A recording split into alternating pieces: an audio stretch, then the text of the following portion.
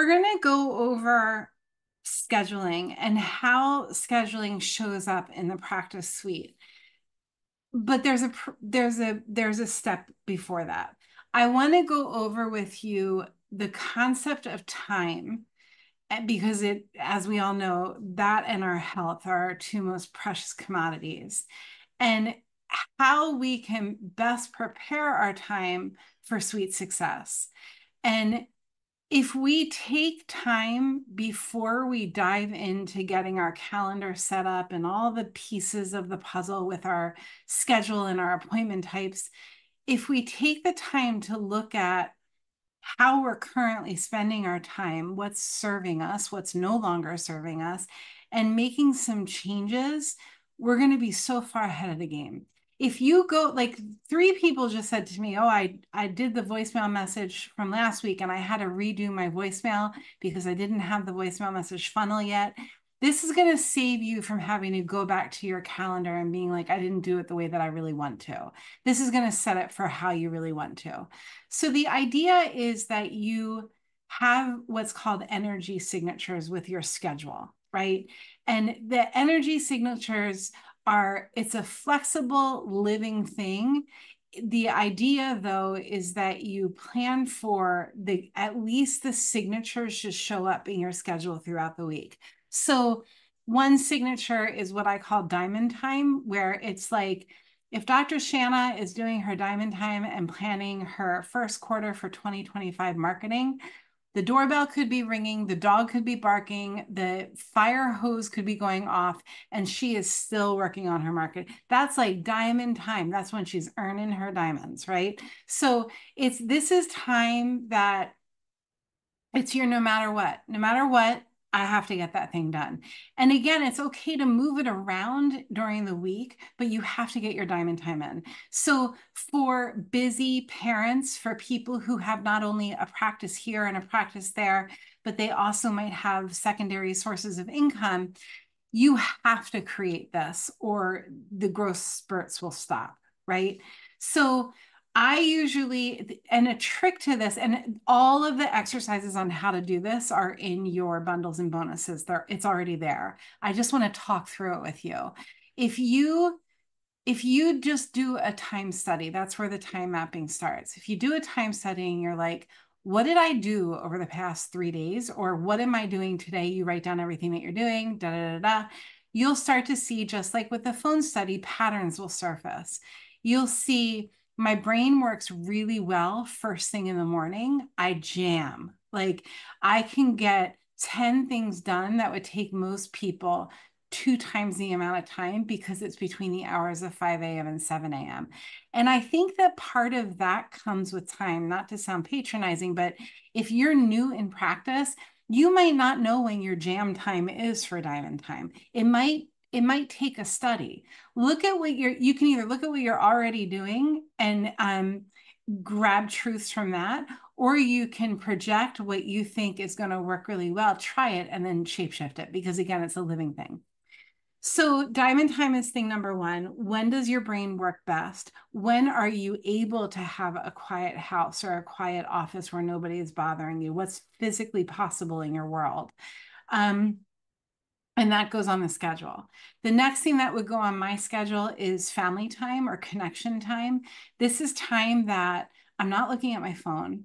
I think I talked last week about, I watched the Jewish Matchmaker. I shared about this maybe in Masterclass. I watched the Jewish Matchmaker, and she talked a lot about, and I'm Jewish, and she talked a lot about Shabbat, and from Friday sundown to Saturday sundown, there's no screens. They don't even carry purses if they're super religious, because it's considered doing work.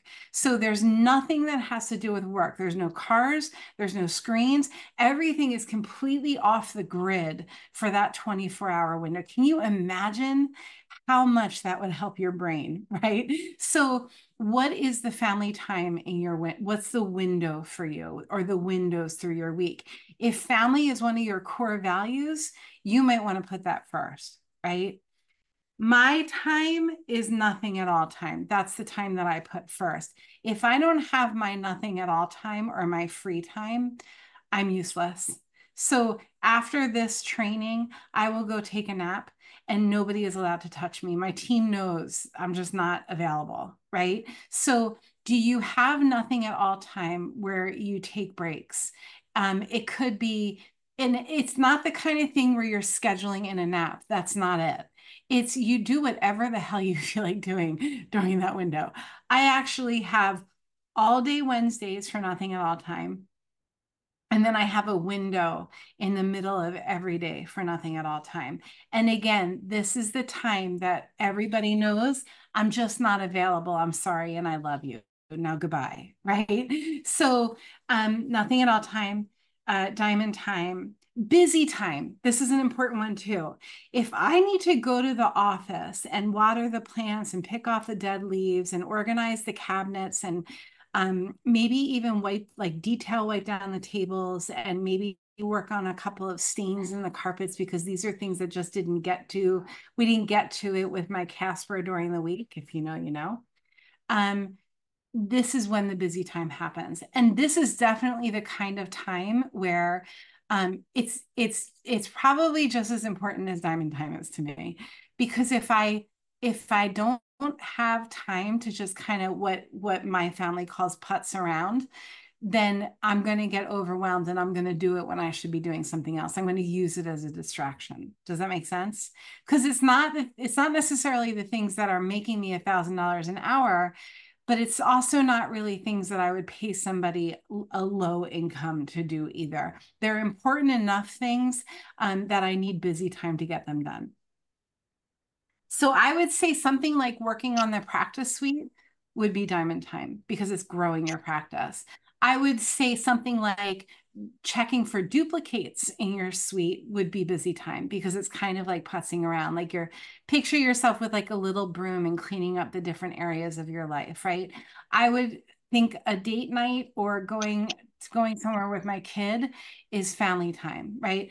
I would think my Wednesdays are nothing at all time. So if you can, and then there's the time for your, like, if you're a chiropractor or adjusting hours or your service hours, they're the times that are involved with other people. They're not really the times that you can be super flexible with because you're committing to other people that you're going to show up at that time. So that's an important piece to put into. So let me go ahead and share my screen with you. In the time mapping, so I'm in bundles and bonuses. If you click your learn button in the practice suite, you're going to see a vault that's called bundles and bonuses. You click that vault and you scroll all the way down and you're going to see set it and forget it bootcamp. Okay. And obviously, if you're watching the recording of this, you've already done that. And we're looking at time mapping for suite success. So ideal day in practice, we'll get to that in a minute. Time mastery solution. So it starts with a time study, and then I'm giving you guys all of the templates and just go through these lessons this week, do a time study, or look at how you've spent your time over the last couple of days. If you're like, I've been in practice for 20 years, I don't need to do this crap. I'm telling you, you need to do this crap. Like, do take the time. It takes you all of 30 minutes to get this kind of thing done. Okay. Okay, so oops, I shouldn't have done that. That is the time study stuff. And then I'm giving you guys a PDF to go through too. It's the same thing, just on paper if you're a paper person. And then I also gave you, I gave you my spreadsheet here. This is like Jody going next level. If you know me, you know how I feel about spreadsheets. This is for a time study. I gave you a schedule example for 30-minute organized by 30 minutes. Here's an example organized by 30 minutes. And then here's a blank 30-minute and here's a blank 15-minute. I see people on the 15-minute mark, so I need to do this kind of time map works best for me. I revisit my time map at least once every couple of months. And if I'm doing really good, I share it with my team. So that is that piece that I wanted to show you. The other thing that I gave you here is the ideal day in practice. Basically, what this does is it kind of sets the compass for what you want to create for your practice. From the time you get in your car or walk or on your bike, however you get to the office, or go downstairs if you have a home practice, to the time that your last practice member leaves, maybe even after that, how do you want to be spending your time? What would be ideal for you? And how far from that are you currently? And then you make changes accordingly. That's ideal day in practice. It's probably one of my top favorite activities in all of Staffless Practice Academy. Then finally, in the time section, I gave you a course called Visit Types. So when the pandemic happened, the types of visits that I offered to my practice members changed. I never had done a telehealth. There was no reason to do it, but then people were scared and we had to do a telehealth, right? So then it came to a point a few months after the pandemic that I didn't really feel like telehealths were necessary anymore. So visit types might be one of those things that also gets changed often. Take a look if you've been in practice for a minute. Do you still offer certain types of visits that aren't necessarily relevant to the way that you want to be practicing anymore? What would be some good changes that you could implement in your practice when it comes to the schedule and visit types? And you guys don't have to do all of that. I just want you to listen through it and take a peek around, poke at the PDFs. I do want you to come up with a time map, though. That's the homework for this week for this stuff, okay? All right, so now we're going to get into any questions about what I just went over before oh, there's all kinds of chats here. Does anybody have questions before I go into the schedule stuff? Okay. All right. Jody, I see the two files, the ideal practice day and then the questions. Is there a Excel spreadsheet too? I saw that. Yeah, so if you go into the time mapping for Sweet Success course and you scroll, wait, hold on, let me click it. Look. So I'm here, I'm going to click on Time Mastery Solution. It's here. Okay. It's in the actual lesson. Okay, time mastery, click on that and then. And Court, if you want to take this, oh, here's the template. I see. That's what you're saying. You're gonna have to make a copy of it. And so why don't I do this? Courtney, I'm gonna drop the template in the chat, but can you also share it in the copy link? Share it in the Slack channel. You got it. Thank you. Back to meeting. I've got too many windows open. Okay, there you go. So you always have to make a copy of it in order to personalize it with all of our spreadsheets.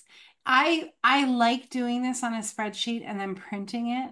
The other thing that I'll do, and this is for a different boot camp, I'll make a checklist. This is the paper checklist that I print out each week for my to-do items for Staffless, not necessarily for my practice, but I'll have a separate one for my practice based on the kind of day it is, right? Checklists make the world go round, especially if you are trying to, like Dr. Marcy's team is in the Zoom. They're in Lanes of Genius. She walks the talk with this. Everybody has a checklist. They know what their expectations are. My team has checklists on Monday. At the end of the week, they submit their checklist or somebody's checking the checklist to make sure everything's complete. That's the checklist. Okay. I'm trying really hard to not recreate the wheel as I am doing these boot camps. So everything you need to know about setting up your schedule for your practice suite is in your learning center. So all I did when I recorded this part of the boot camp is I pointed you to the learning center, and I'm going to show you what I want you to get set up. I just want to get the right suite open here so that we can like use the Smarty account and poke around a little bit. Okay. Okay. Okay, so let's go to the calendar. This is the most confusing piece to everybody. How does your EHR program sync with your practice suite? The answer is it doesn't. They're two separate identities. They're two separate universes. However, you can see your EHR universe in your calendar. You can see your schedule. You can do what's called mirroring your schedule. I gotta mute somebody out. Hold on. Can you guys all hit your mute button, please? You can see your schedule reflected here. Remember last week I was talking about synapses, right? There are a couple of synapses that need to be made for your practice schedule to show up here, as long as your EHR program, whether it's JNAPS or Eclipse or ChiroTouch or whatever it is, they have to be willing to give you a .ics code or a link, right? And you guys, I'm telling you, all of this is laid out so clearly in the Learning Center. Oh, wait, I went to the wrong one. So here's your Learning Center. And if you go to schedule, sorry, don't let it make you dizzy. Hold on. Here, so how to integrate your EHR external calendar. It's tricky. There are some steps to it, but I lay it out step by step. So you're basically going to get that .ics calendar link. You're going to create a Google Calendar. I show you how to do the whole thing step by step. I think we even give you a checklist of what to do. And then you're going to take that Google Calendar and you're going to bring it into your practice suite. And again, I show you how to do that. Okay. And then what ends up happening, let me just show you what my practice looks like. The cool thing about it is that you're using, if you followed my lead, and I really hope you guys did, you created a Google Workspace that's HIPAA compliant. This is where it comes into play. You're going to have a calendar with your practice members' names on it, but their last name doesn't show up. Isn't that cool? So let me just show you what this looks like for me. Calendars. And so I'm going to just go to today. And let me just make sure it doesn't show names. Okay, cool. So this is my calendar for today. I have a super light afternoon, right? And I can see these are the people who are coming in this afternoon. So very easily, I could go from my conversations window. I'm not going to click it because I don't want to show you names of my patients. But they could say, hey, Joe, can I come in at 5:30 today instead of 5? And I could just very easily switch over to my calendars feature and say, yeah, that's no problem at all. Okay. I'm also going to say that it's just as easy to take your EHR and just create a button that links right to your schedule. It's just as easy to do that. It's whichever way you want to do it. Okay. I'm going to say that one more time because it's really important. These buttons down here are customizable. If you submit a ticket, a service ticket, and say, hey, can you please link up my EHR schedule to one of the buttons in my practice suite and call it this thing. Here's Jane, and that goes right to my schedule. I can't click on it because I don't want to show you my patient list. Okay.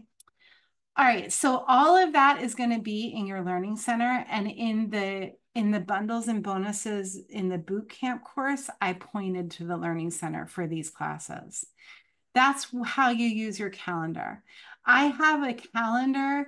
It looks like a bunch of you guys played with this. So give each user of your practice suite, like if David, if you have Janet who sits at your desk and Janet takes appointments too, Janet needs a calendar. If Janet doesn't take appointments, like meaning for herself to meet with a client or a practice member, she doesn't need a calendar in your suite.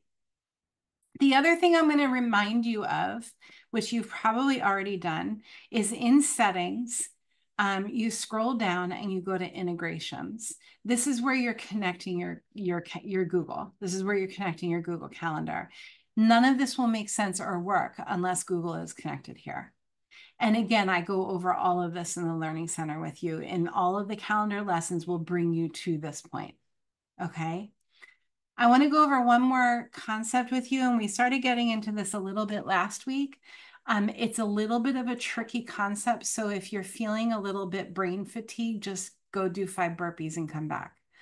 I'm going to go to here. So here's the way this works. I have a few choices. If I'm at my website,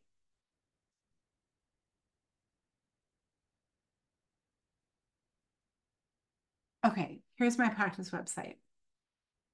And if someone goes to, just a by the way, if someone types in anything here, it goes to my practice suite. That's called a chat widget, okay?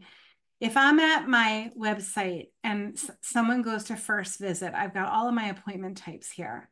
I have a couple of choices of what I can do here.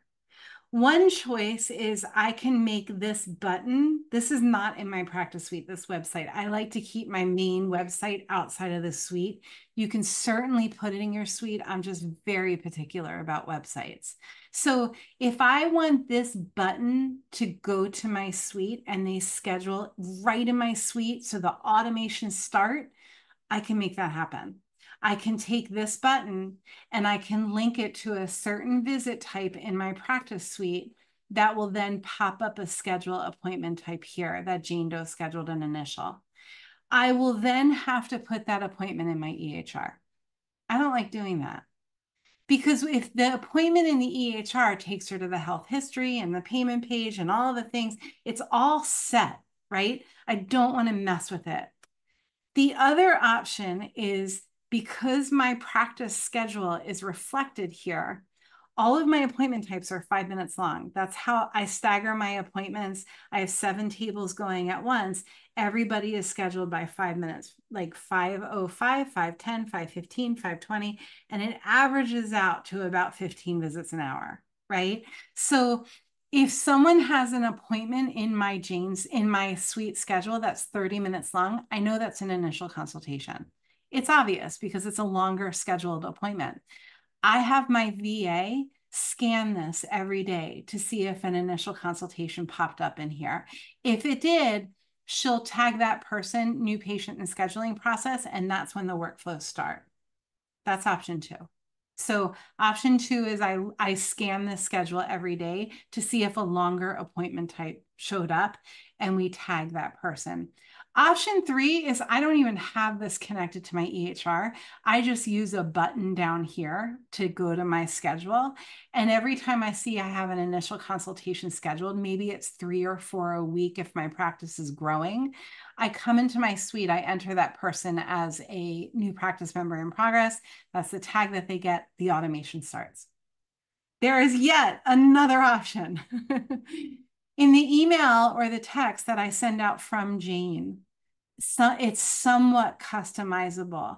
I can make it part of their onboarding process to fill out a form on my website. So I can have a form on my homepage like this. Let me show you.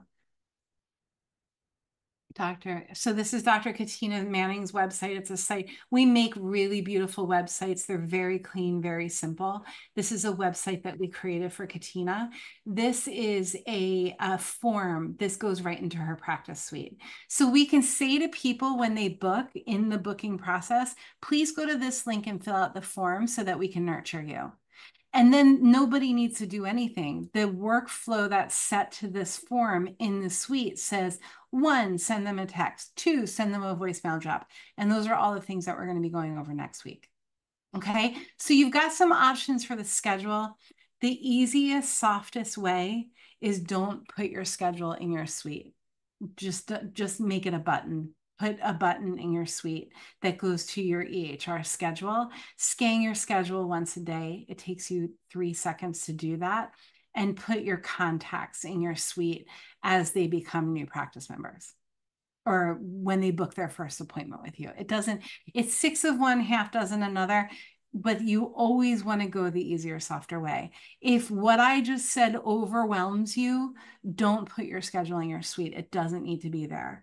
But if you need something that's a little bit more complicated, let's say you have 10 providers and they each need a certain kind of appointment type, I'd probably put the schedule in the suite just to keep things to keep everything touching, right? All the synapses connected. Okay, again, all of this is going to be covered in your learning center. This is a separate vault in your practice suite. You go to your practice suite, you click the learn button, you're going to see bundles and bonuses, and you're going to see your learning center. Your learning center, it's like the dictionary of how to use your suite and how to set everything up. The boot camp just points you to it. Okay, so I'm going to go ahead and stop recording. Your homework for this week is this. You ready? Drum roll, please. You're going to do a time study or look at the time that you've spent over the past few days. Put a time map together. I want you to do that. I want you to make sure your Google, Courtney, can you type this or write this or whatever? So get your time map going. I want you to choose what you want to do with your schedule for your suite and set it up. If you're one of our clients, this is something that we do for you. And I want you to set up a tag, a contact tag for new practice member and scheduling process, new patient and schedule, whatever you call your people, so that next week when we look at workflows, we're ready. The field has been set, so to speak. Okay, I'm going to stop recording and take questions.